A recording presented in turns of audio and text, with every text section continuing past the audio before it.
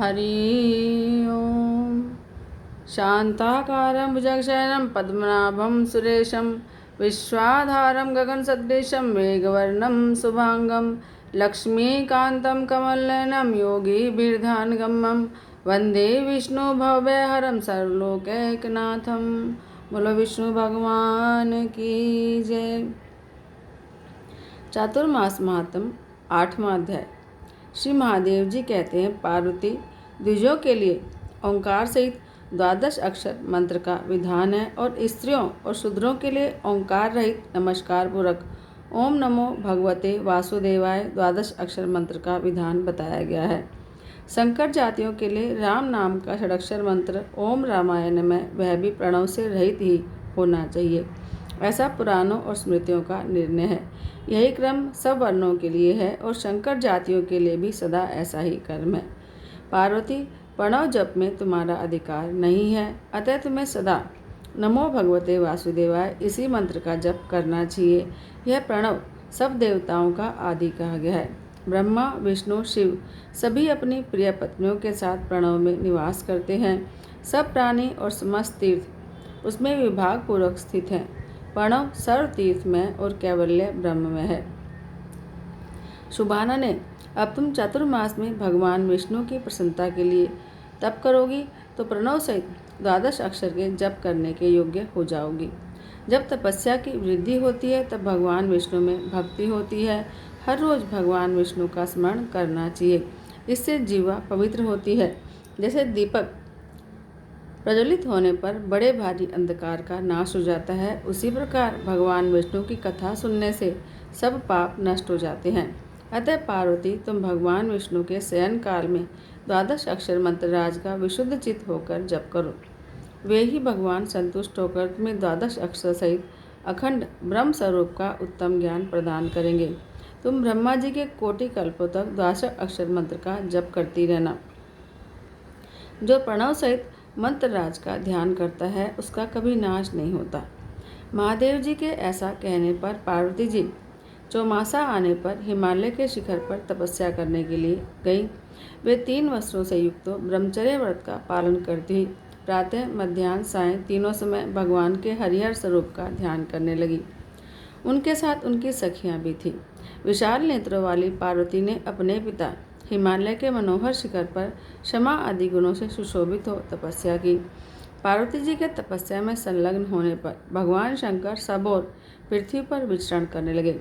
एक दिन उन्होंने जल की उत्ताल तरंग मालाओं से सुशोभित यमुना जी को देखकर उसमें स्नान करने का विचार किया।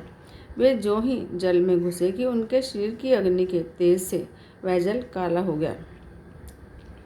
यमुना भी दिव्य स्वरूप धारण करके अपने श्याम स्वरूप से प्रकट हुई और भगवान शंकर की स्तुति और नमस्कार करके बोली, देवेश्वर, मुझ पर प्रसन्न होइए, मैं आपके अधीन हूँ। महादेव जी ने कहा, जो मनुष्य इस पुण्य तीर्थ में स्नान करेगा उसके हजारों पाप क्षण भर में नष्ट हो जाएंगे। यह पवित्र तीर्थ संसार में हर तीर्थ के नाम से विख्यात होगा। ऐसा कहकर भगवान शिव यमुना को प्रणाम करके अंतर्ध्यान हो गए। उन्होंने यमुना के किनारे मनोहर रूप धारण करके हाथ में वाद्य ले लिया और ललाट में त्रिपुंड धारण करके शिखर पर जटा बढ़ाए मुनियों के घरों में स्वेच्छानुसार घूम घूम कर अंगों की चपल चेष्टा का प्रदर्शन प्रारंभ किया। वे कहीं गीत गाते और कहीं अपनी मौज से नाचने लगते थे। स्त्रियों के बीच में आकर कभी क्रोध करते और कभी हंसने लगते थे। इस प्रकार उन्हें सब ओर घूमते देखकर मुनि लोगों ने क्रोध किया और यह शाप दिया कि तुम लिंग रूप हो जाओ। शाप होने पर भगवान शिव अन्यत्र बहुत दूर चले गए। उनका वह लिंग रूप अमरकंटक पर्वत के रूप में अभिव्यक्त हुआ और वहाँ से नर्मदा नामक नदी प्रकट हुई। नर्मदा में नहाकर उसका जल पीकर और उसके जल से पितरों का तर्पण करके मनुष्य इस पृथ्वी पर दुर्लभ कामनाओं को भी प्राप्त कर लेता है। जो मनुष्य नर्मदा में स्थित शिवलिंगों का पूजन करेंगे वे शिव स्वरूप हो जाएंगे। विशेषतः चतुर्मास में शिवलिंग की पूजा महान फल देने वाली है। चतुर्मास में रुद्र मंत्र का जप, शिवजी की पूजा और शिवजी में अनुराग विशेष फलप्रद है। जो पंचामृत से भगवान शिव को स्नान कराते हैं उन्हें गर्भ की वेदना नहीं सहन करनी पड़ती। जो शिवलिंग के मस्तक पर मधु से अभिषेक करेंगे उनके सहस्त्रों दुख तत्काल नष्ट हो जाएंगे। जो चतुर्मास में शिव जी के आगे दीपदान करते हैं वे शिवलोक के भागी होते हैं।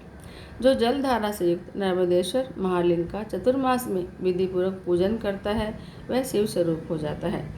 गालव जी कहते हैं यह सब श्री विष्णु के शालिग्राम होने की और महेश्वर शिव के लिंग रूप होने की कथा सुनाई गई। अतः जो लिंग रूप शिव और शालिग्रामगत श्री विष्णु का भक्तिपूर्वक पूजन करते हैं उन्हें दुखमयी यातना नहीं भोगनी पड़ती। चौमासे में शिव और विष्णु का विशेष रूप से पूजन करना चाहिए। दोनों में भेदभाव न रखते हुए यदि उनकी पूजा की जाए तो वे स्वर्ग और मोक्ष प्रदान करने वाले होते हैं। जो भक्तिपूर्वक हरि और हर की पूजा करते हैं उन्हें भगवान श्री हरि मोक्ष प्रदान करते हैं। विवेक आदि गुणों से युक्त शूद्र उत्तम गति को प्राप्त होता है। हे महाशूद्र, तुम्हें बिना मंत्र के भगवान विष्णु और गिरजापति महादेव जी का षोडशोपचार से पूजन करना चाहिए। उनकी पूजा बड़े बड़े पापों का नाश करने वाली है। ऐसा कहकर पैजवन से पूजित हो महर्षि गालव शीघ्र ही अपने आश्रम को चले गए। जो मनुष्य इस प्रसंग को सुनता और पढ़कर दूसरों को भी सुनाता है उसके पुण्य का कभी अंत नहीं होता। जय जय श्री हरि। श्रीमन्नारायण नारायण हरि हरि, श्रीमन्नारायण नारायण हरि हरि।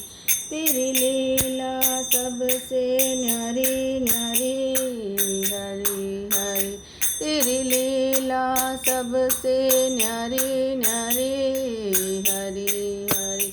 हरि ओम नमो नारायण, ओम नमो नारायण, हरि ओम नमो नारायण, हरि ओम नमो नारायण।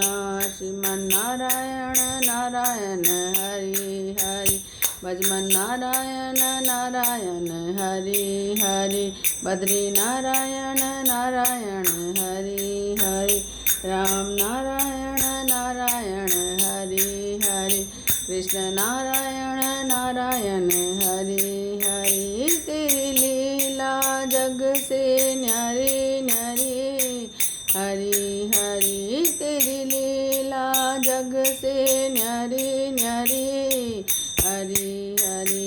हरि ओम नमो नारायण, ओम नमो नारायण, हरि ओम नमो नारायण, हरि ओम नमो नारायण।